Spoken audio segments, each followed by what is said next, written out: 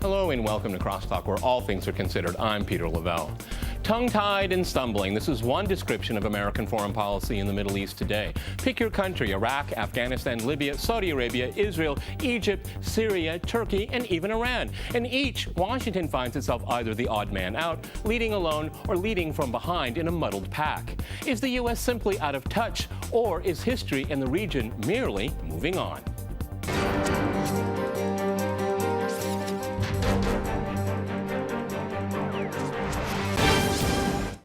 To CrossTalk Washington's stumbling policies in the Middle East, I'm joined by my guest, Kelley Vlahos in Washington. She is a journalist at antiwar.com. We also have Stephen Schlesinger in New York. He is a senior fellow at the Century Foundation and author of the book, Act of Creation. All right, CrossTalk rules in effect. That means you can jump in at any time you want. It's only the three of us, so please do jump in. Kelley, if I can go to you first.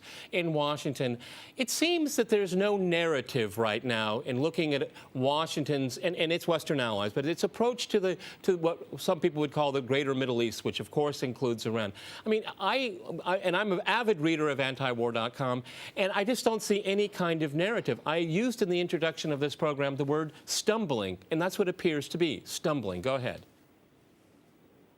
Yeah, and I would take a different tact. I don't think it's stumbling, but I think what Washington's approach to the Middle East in its foreign policy over the last several years has been, you know, a tale of lost opportunities. When Obama came into office, he was pretty much handed a narrative. He was handed a narrative of the Arab Spring, and as a young, fresh face who had promised much on his campaign in regards to liberation and revolution, particularly with his speech in Cairo, he has pretty much fallen down on the job.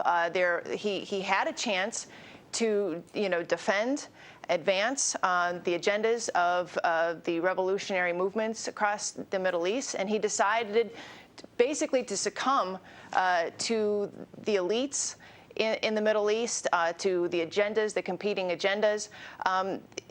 In that time, he has pretty much drowned under those agendas and can't seem to find his footing.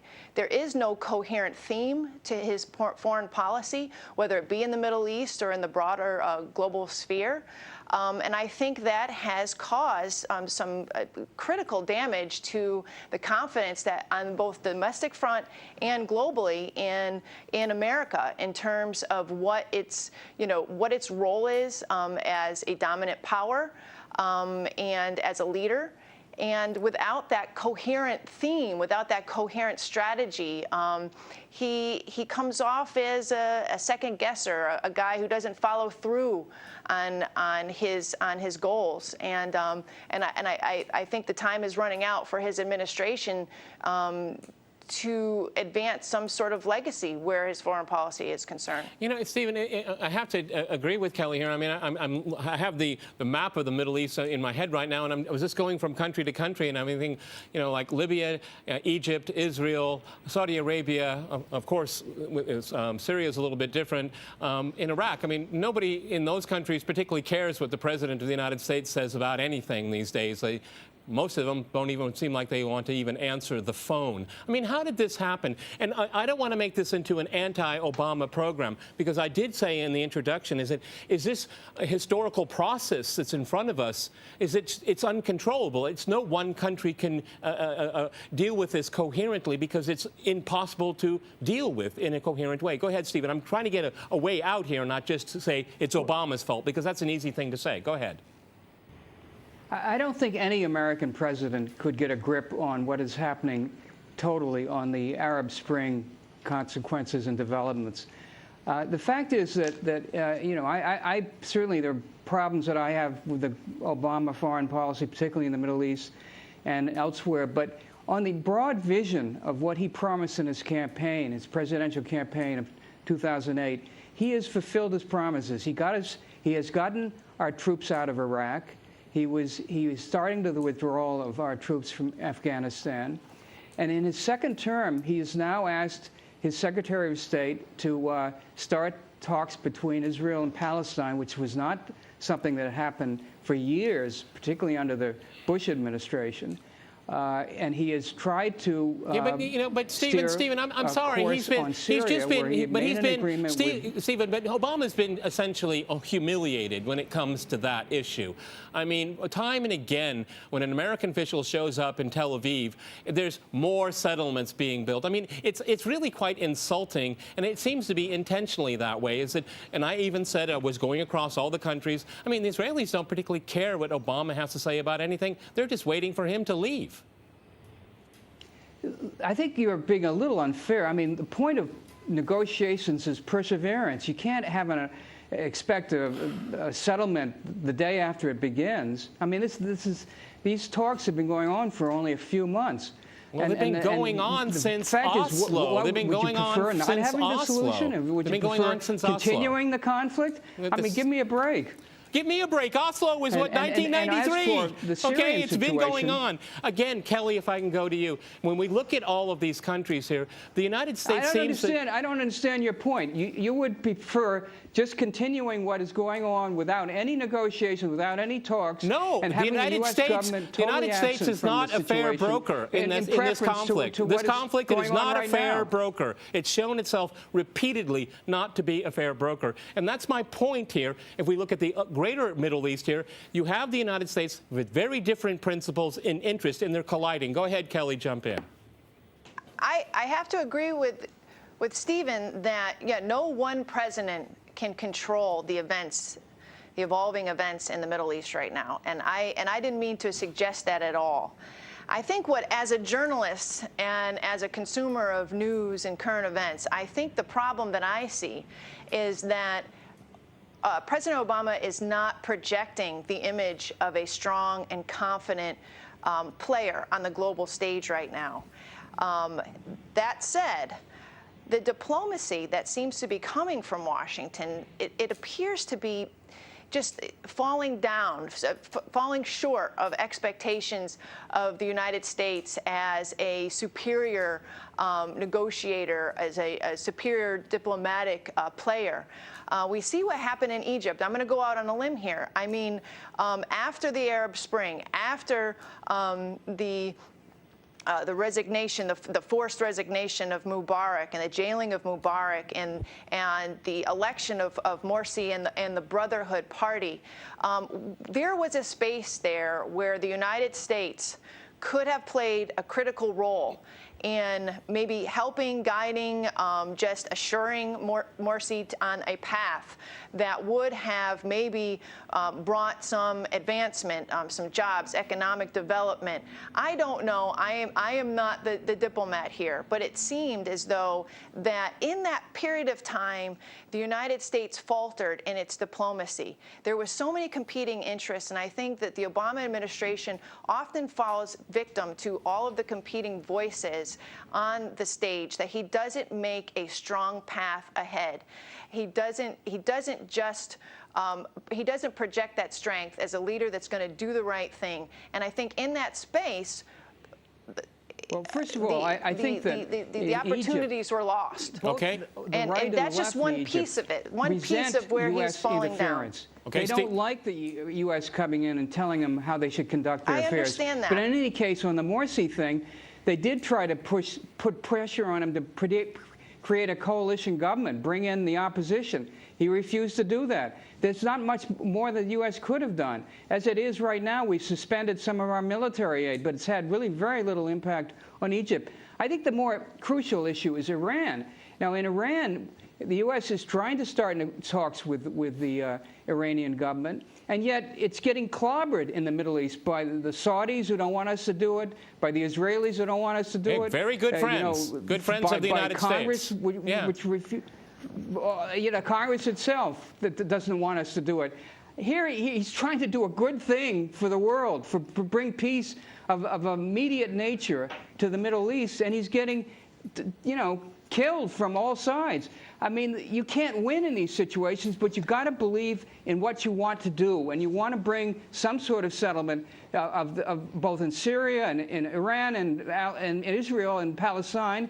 And if you don't do that, well, all right, forget it. You just withdraw from the whole area and let it go into a conflagration. Well, it probably will be that way if we stay or if we don't. It's really a no-win situation, I think, at this point. Go ahead, Kelley. Well, I completely agree with Stephen. I think the point that I was making, and just to launch off of what he said, yes, Obama has to believe what he's doing, and I'm going to give him the benefit of the doubt that he does believe that negotiations need to go forward. It's just that he is not doing that in an effective way in terms of controlling or at least reaching out to members of Congress so they don't torpedo his efforts on in the Iranian negotiations. And getting back to Israel, maybe he believed the right thing to do was negotiating with Morsi and was helping them on a path, but he didn't do it personally. And it is about image. It is about the show. It is about appearances. He had lower level diplomats going over there. He had I believe it was Secretary Hagel was working on the case, but he didn't show a personal interest in what was going on in Israel. And I think it's the show. It is the appearance. It is public relations. It is imagery, and I think that he's fallen down on the job where that is concerned, and that is exactly what's happening in Iran now. He might believe that negotiations are the most important thing, as opposed to sanctions, but he's letting all these competing voices drown out his mission. Okay, we're going to go to a short break here. He's not showing strength. Right, going to a short break here, and after a short break, we'll continue our discussion on Washington's foreign policy in the Middle East. Stay with our team.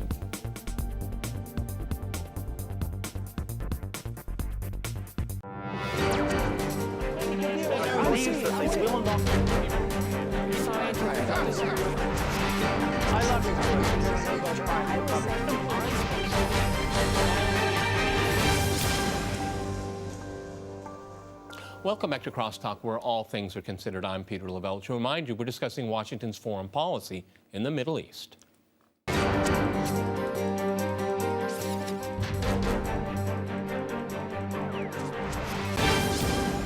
Okay, I'd like to go to Stephen in New York.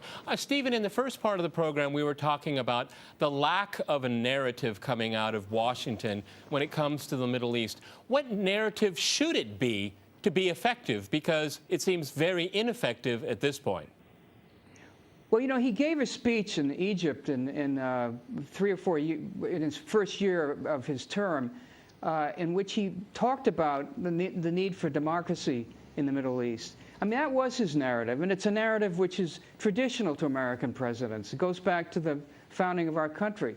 So I think the vision is there. I think the question is the tactics. How do you promote democracy in a troubled area, in an area which is going through turbulent transitions? It's a very difficult conundrum, and I don't think that any American president has any weapons at his or her disposal that will magically make everything better. The fact is that we are observers. We're not people participating directly in the process. That's up to the Egyptians, the Syrians, the Iranians, the Saudis. I mean, this is something that they have to deal with in the end. We can simply start talks. We can promote negotiations. We can give economic aid. But in the end, it's their problem to deal with. Okay, Kelley, I mean, if we can go back to Cairo, it's been mentioned here. I mean, why in the world would the United States speak about democracy when its closest friend in the region is a tyrannical regime called Saudi Arabia, and Saudi Arabia's move into Bahrain? I mean, I think these are horrible things, and the United States has really deplorable allies. And all through the Middle East, they were these horrific dictators. And how can we turn around and say we want democracy when Hamas has an election, they don't like the outcome? Forget about Hamas. Hezbollah gets elected, you don't like the outcome, forget them. I mean, I find this truly hypocritical, and I think it damages the United States, and it damages the perception of the United States with people on the ground, because they say these people, these Americans, they just support dictators. Saudi Arabia is the best example.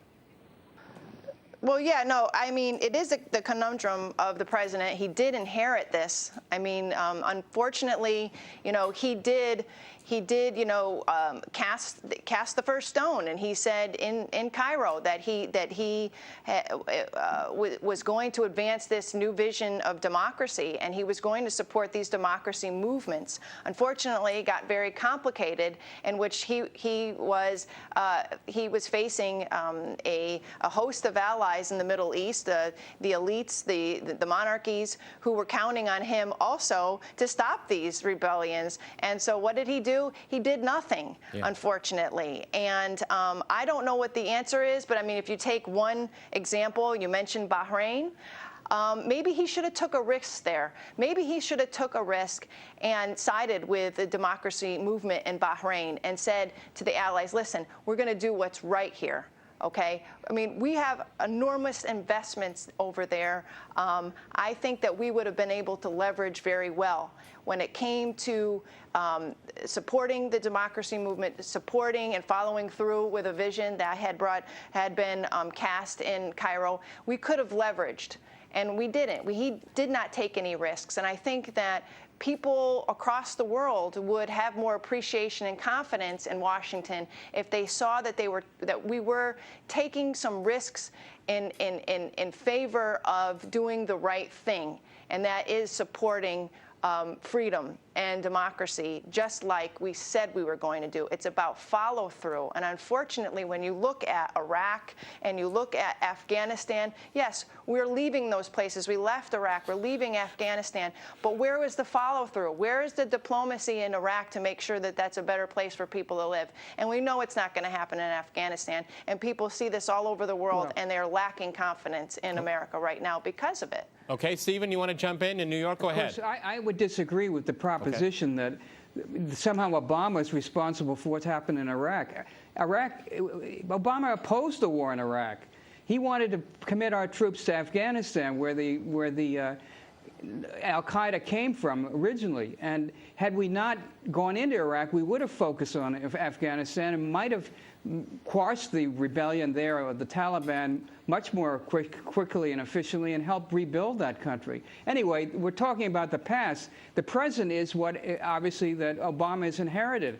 I think you have to he has a bad hand to play. He's playing it about as well as any person really could play it, given the realities. He has to deal with Saudi Arabia, which is authoritarian. He's not about to commit American troops to overthrow the Saudi Arabian government, produce democracy.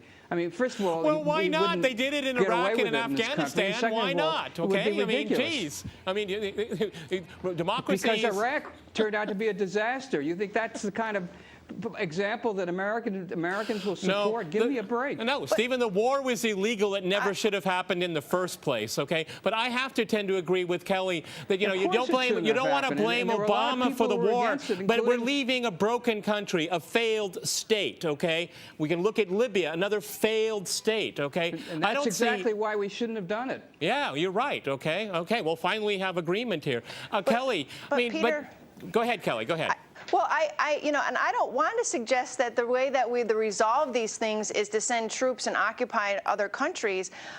I guess maybe this is my naivete, but I would like to believe that we have the diplomatic prowess as the United States, as we've always had during previous administrations, to foster better relationships, to get in there, to advance diplomacy, so that perhaps we might not be able to change who the Saudis are or who these dictators are, but to basically make a 100% effort to try and to steer them away from some of the harshest tyrannical behavior that they make. I have to believe that 90% of our foreign policy should be better diplomacy, and I don't see the Obama administration tending to relationships like in Europe and advancing and creating better relationships, personal relationships with other leaders, so that they can get in there and these talks can happen. I don't want to advance war. I want to advance peace, and I just don't see the Obama administration as putting the best effort into making those things happen. You know, okay, diplomatically. Again, I disagree. I think the Obama administration has excellent diplomats. But look, let me give you the situation of Saudi Arabia. We're trying to make a peace deal with Iran. Who's protesting most vociferously? Saudi Arabia. I mean, diplomacy is very complicated. You work on many different levels. And you're not always going to get total agreement in what you're trying to do. You do try to stick to certain principles. One of them is trying to bring peace to the Middle East. Okay, but that seems to be a pretty good Stephen, principle. I think Kelley and I would agree with you. But, you know, I mean, the United States is using sanctions against Iran to get certain political outcomes. Why can't the United States sanction Saudi Arabia to get political outcomes as well? Saudi Arabia is a peculiar situation. You know, the U.S. government first had its relations begun with under Franklin Roosevelt, one of the great promoters of human rights. I mean, there are certain realities that any American president have to deal with, and one of them is Saudi Arabia. We're not going to change the government. We hope that out of evolution, out of change, out of pressure from the outside, Saudi Arabia will change. I mean, they're now, at least the women in Saudi Arabia are now defying the government by trying to show that they can drive cars alone. So these things will happen gradually. But meantime, the most important issue is bringing peace to Syria, to Iran, and to the Israel-Palestinian conflict. Isn't that what American presidents should be focusing on? That's the most crucial issues that face us as a country. Well, Kelley, you know, all these great values are used in a very specific way, a very discriminating way. If it's a friend, you overlook all of their deficiencies, and if you don't get in line, then you get the worst of the worst. I mean, everything Stephen just said about, you know, waiting and development, you could say that easily about Iran as well, but that's not part of the narrative inside the Beltway, is it? No, I don't think it is. And just to get back to what Stephen said about Saudi Arabia meddling and scuttling, you know, the negotiation process with Iran. I mean, this goes back to what I said. Perhaps this is an outgrowth of the fact that Obama hasn't built up the confidence and shown the right amount and the right balance of strength and outreach, so that he is drawing. He's creating a situation where you have the Congress, you have Israel, you have Saudi Arabia, you have France, all trying to scuttle, you know, the president's vision on the negotiation process in Iran, because maybe they don't see him as as formidable as he should be.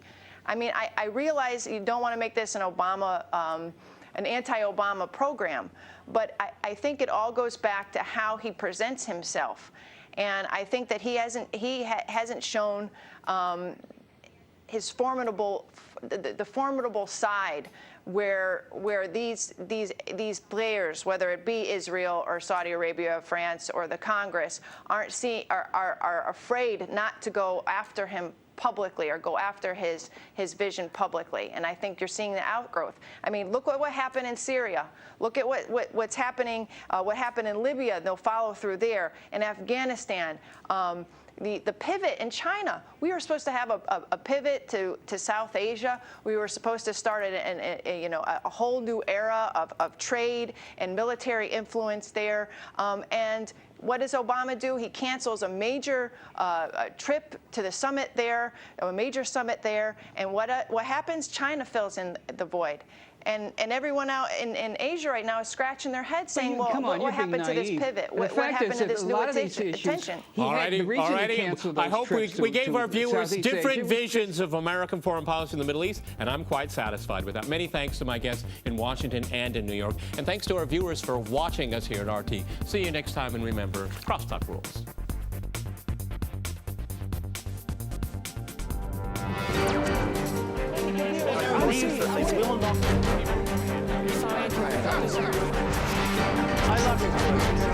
I love your